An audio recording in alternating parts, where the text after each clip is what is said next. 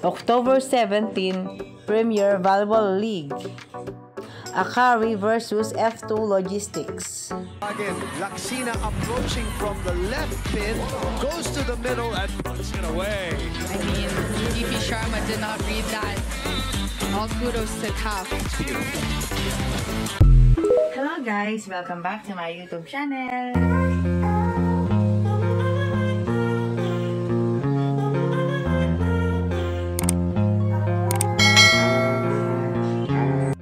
Ngayon na nga ang araw ng laban ng Akari at F2 Logistics. At syempre, hindi mawawala si Dinawong para suportahan si Ivy Laksina ng F2. Natuwa nga itong si Ivy nang nakita niyang paparating si Dinawong. Syempre, inspired siyang maglaro.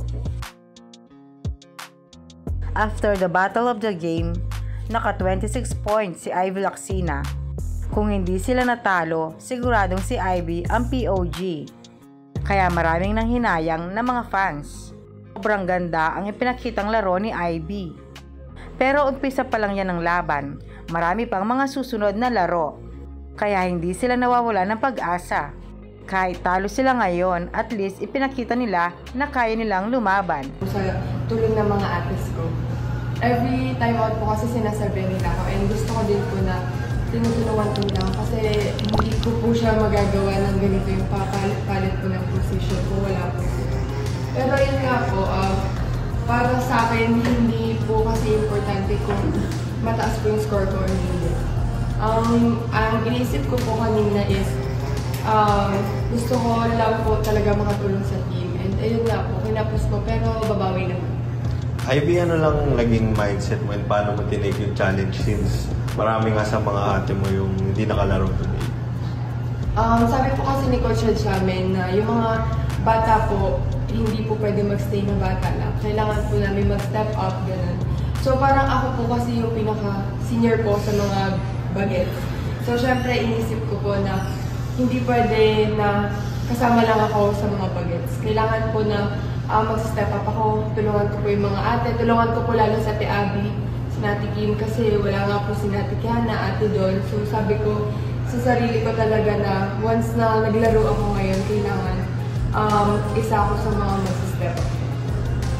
Siguro Ivy, sa tingin mo, ano na lang yung kulang nyo? Siguro ang pinakakulang po namin is yung communication. Kasi may mga times na nagugulat na lang po kami eh. So yun, doon kami siguro nahihirapan. Dahil siguro din kulang kami sa sa pagsasamahan ng mga ibang bago po. Kasi parang kailan lang din po sila dumating. Pero yun nga po, sabi ni Coach ko kanina, trabahuin po namin. Kumusta yung mura ngayon ng team sa Gagakata nito rin? Ano na magagawin niyo to recover agad para sa next game against yung sister team, Akari? Syempre, malungkot po kami. Pero syempre, sabi po nung boss po namin na kakastart lang po ng liga, hindi po pwede na mababa agad yung moral namin.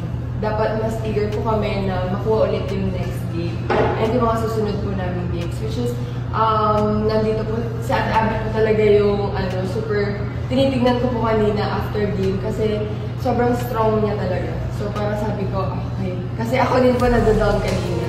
Pero sabi ko, kailangan namin trabahuin yung communication. So ano naman po, tulungan po.